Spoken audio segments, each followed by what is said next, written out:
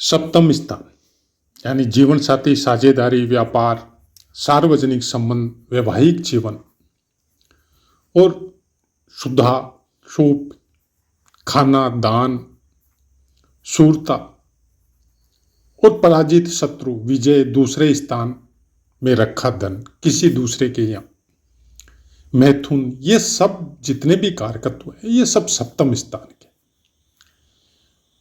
और उसी स्थानों का बहुत कुछ कारक चंद्रमा अगर इसी स्थान में बैठता है तो बैद्यनाथ जी कहते हैं कि ऐसा मनुष्य दयालु होता है, भ्रमणशील होता है, मतलब यात्राओं में समय कुछ ज्यादा व्यतीत करता है या उसको शौक होता है, अनेक स्त्रियों से संबंध और स्त्री के वश में रहने वाला और कई तरह के भोगों को प्राप्त करता है। ये भावानुसार है, लेकिन हम लोगों की चर्चा है कि तुला लगन की, और तुला लगन में चंद्रमा दशमेश होता है। दशमेश अगर आपके सप्तम स्थान में विराजित हो तो वह वृहत होरा पाराशर कहती है कि जिसका भी दशमेश सप्तम भाव में हो, जातक अपनी पत्नी से सुखी, बुद्धिमान, गुणवान, बोलने में निपुण, सत्यवादी व धार्मिक होता है। ये जो शुरुआती लेवल में ज्योतिष में हम लोग जो पुस्तकें पढ़ते हैं, हमने उसी तरह से आपको समझाया है पुस्तकों के अनुसार ही। लेकिन हर स्थान के कारकत्व बहुत ज्यादा होते हैं। पति या पत्नी इसी स्थान से देखा जाता है। खासकर चंद्रमा अगर आपका यहां पर विराजित होगा, यानी तुला लगन में अगर सप्तम स्थान में चंद्रमा विराजित होता है तो आपकी मेष राशि होगी, तो फिर ये चंद्र लगन भी बन जाता है। तो चंद्र लगन से अपोजिट तुला, मतलब आपके लग्न में क्या विराजित है वो भी आपको देखना पड़ेगा, क्योंकि चंद्र लगन के अनुसार आपका सप्तम स्थान आपकी लग्न कुंडली का लग्न होगा।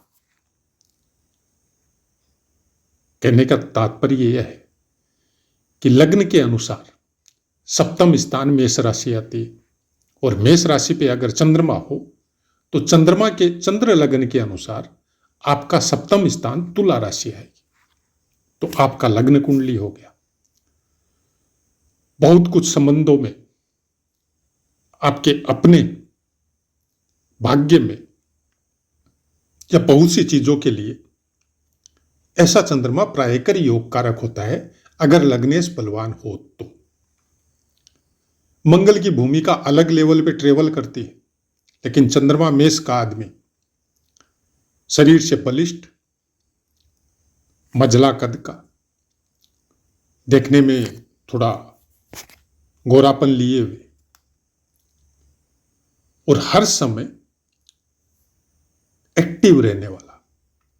चंद्रमा खुद यात्राओं का कारक है, और मेष राशि घूमने फिरने का शौकीन होता है, जिसका भी मेष राशि होता है।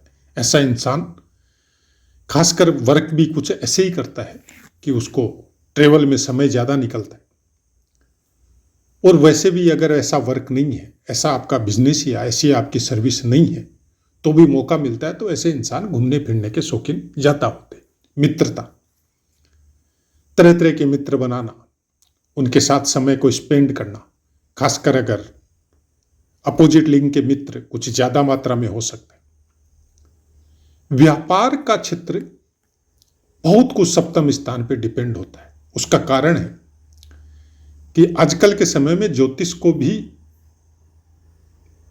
कुछ हद तक इतना ज्यादा रिसर्च करके उसको आगे बढ़ा दिया कि अपने संबंध जो प्रारब्ध द्वारा, जो भाग्य के द्वारा आपको मिले हैं, पति और पत्नी के, माता और पिता के, बच्चे और भाई बहनों के, उनमें भी बहुत कुछ रिसर्च करके इसको साझेदारी बना दिया, व्यापार बना दिया। बहुत हद तक सही भी है कि अगर आप विपरीत परिस्थिति में भी अपनी पत्नी के साथ जीवन का निर्वाह कर सकते हैं, तो आप व्यापार में भी तरह तरह के कस्टमरों के साथ, तरह तरह के व्यक्तियों के साथ आप अच्छा व्यवहार करके, अच्छी बातें करके अपने व्यापार को आगे बढ़ा सकते हैं। तो इन चीजों को समझना जरूरी है। खासकर खाली केवल ये बोल दे कि पति पत्नी का साझेदारी का या वैसा ही कुछ रिश्ता होता है, नहीं होता है, हम नहीं मानते। एक तो प्रारब्ध के द्वारा आपको मिलता है, जो भी अच्छा या बुरा, उससे आप भाग नहीं सकते। किसी को किसी का ऋण चुकाना है और किसी को चुकना है, इसी का मतलब मनुष्य जीवन है। जितने भी रिश्तेदार आपके अपने जीवन में प्रारब्ध के द्वारा मिलते हैं और आप अपने प्रारब्ध के द्वारा आप खुद बनाते हैं, उस सबका कुछ न कुछ आपका ऋण बाकी रहता है।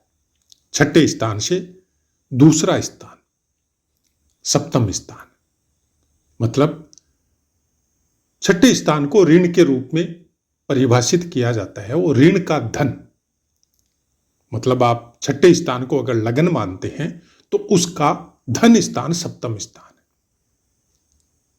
किस तरह से समझे? मतलब ये कर्जा है जो आपको या तो चुकाना है या आपको उससे लेना है। ये कोई बैंक बैलेंस है आपका प्रारब्ध का, जो ब्रह्मांड में फिक्स है कई जन्मों से किए हुए कर्मों के द्वारा। तो या तो अगर पॉजिटिव है, अगर अच्छा है, तो पत्नी आपके अनुरूप आएगी, आपकी पीड़ाओं को सहन करेगी। हो सकता है धनी परिवार से आए तो आपको अपने धन के द्वारा आपको ऊपर उठाएगी, या फिर धनी परिवार के द्वारा नहीं हो तो संस्कारिक आएगी, चरित्रवान आएगी, आपकी हर तकलीफ में आपके साथ रहेगी और आपकी तकलीफों को भी भोगेगी। जैसे आपने उससे अच्छा व्यवहार नहीं किया, अच्छी तरह से बातचीत नहीं की, बहुत हद तक हम लोग समाज में प्राय कर देखते हैं, मारपीट भी हो सकती है, तो भी ऐसा जीवन साथी भोगता है। लेकिन चंद्रमा रहने से क्या भोगेगा? नहीं भोगेगा। अगर दशमेश आपके सप्तम स्थान में विराजित है तो पत्नी के भाग्य से व्यापार में उन्नति होती है, या पति के भाग्य से पत्नी के व्यापार में उन्नति होती है। दोनों में से विपरीत कोई भी हो सकता है।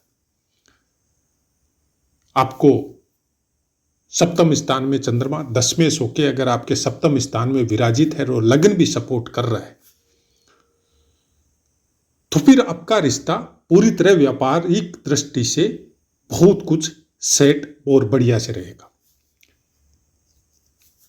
हो सकता है पार्टनरशिप का व्यापार ही कुछ ऐसा हो, या ऐसा भी हो सकता है कि आप कहीं पे कोई ऐसी जगह सर्विस करने गए कि वहां पे आपकी कुछ ऐसी सेटिंग हुई कि बॉस के परिवार में या उनकी बच्ची के साथ या कुछ और रिश्तेदार के साथ वहां पे आपकी शादी विवाह हो गया, और आप वहां पर आपकी पार्टनरशिप बिजनेस में भी होगी और उसके परिवार में भी होगी। कुछ भी हो सकता है। मेल है तो फीमेल के साथ हो सकता है, फीमेल है तो मेल के साथ हो सकता है। लेकिन ऐसे आदमी को चरित्र के मामले में हो, अपने संबंधों के मामले में हो, बहुत सचेत रहना पड़ेगा, बहुत अच्छी तरह अपने आप को कंट्रोल में रखना पड़ेगा। क्योंकि मेष राशि का चंद्रमा प्राय कर अग्रेसिव नेचर कुछ ज्यादा देता है, और भोगों की दृष्टि से देखा जाए तो ये किसी का वेट नहीं करता।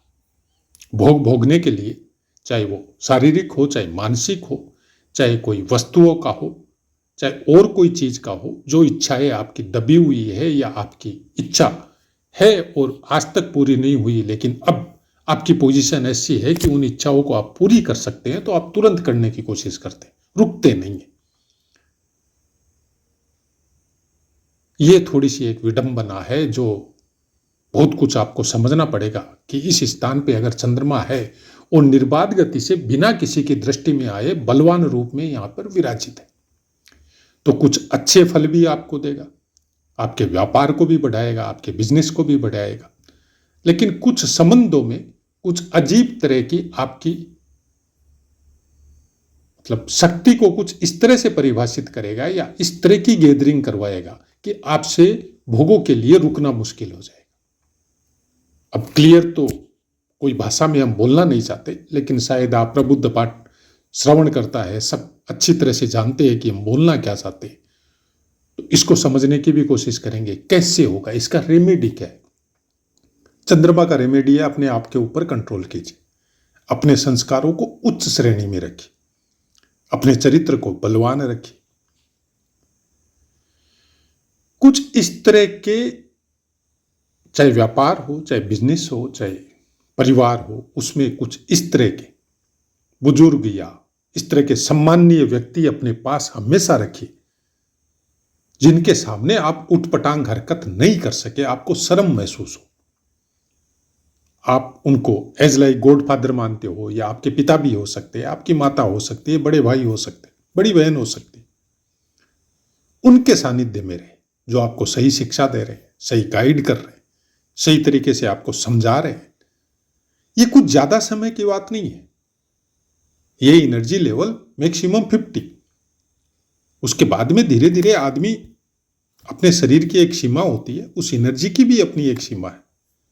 अगर वो निकल जाता है आराम से, किसी के सानिध्य में रह के, किसी की गाइड में रह के, तो फिर आगे का जीवन बहुत सुखी होता है। और खासकर चंद्रमा सबसे ज्यादा परेशान करता है आपको 20 to 30। बाकी बातें इसके बारे में इतना बोल सकते हैं कि चंद्रमा यहां से सप्तम दृष्टि आपके लग्न को देखेगा,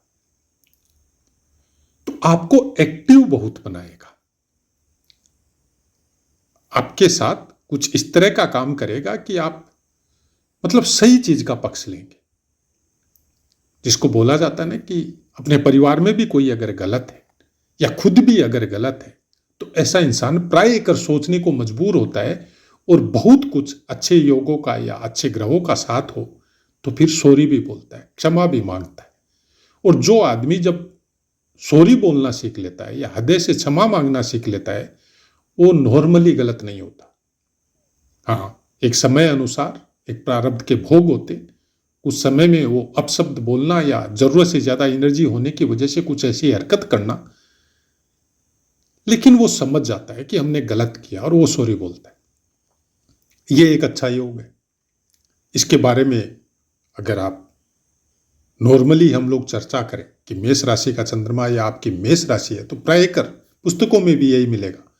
आदमी शारीरिक रूप से बहुत स्वस्थ है, मानसिक रूप से भी बली है, क्योंकि काल पुरुष की कुंडली की मेष लगन है।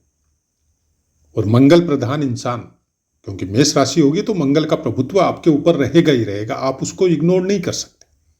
मंगल कहां बैठा है वो बाद का मैटर है, लेकिन मेष राशि पे अगर चंद्रमा बैठा है तो मंगल का प्रभाव आपके शरीर में आएगा ही आएगा।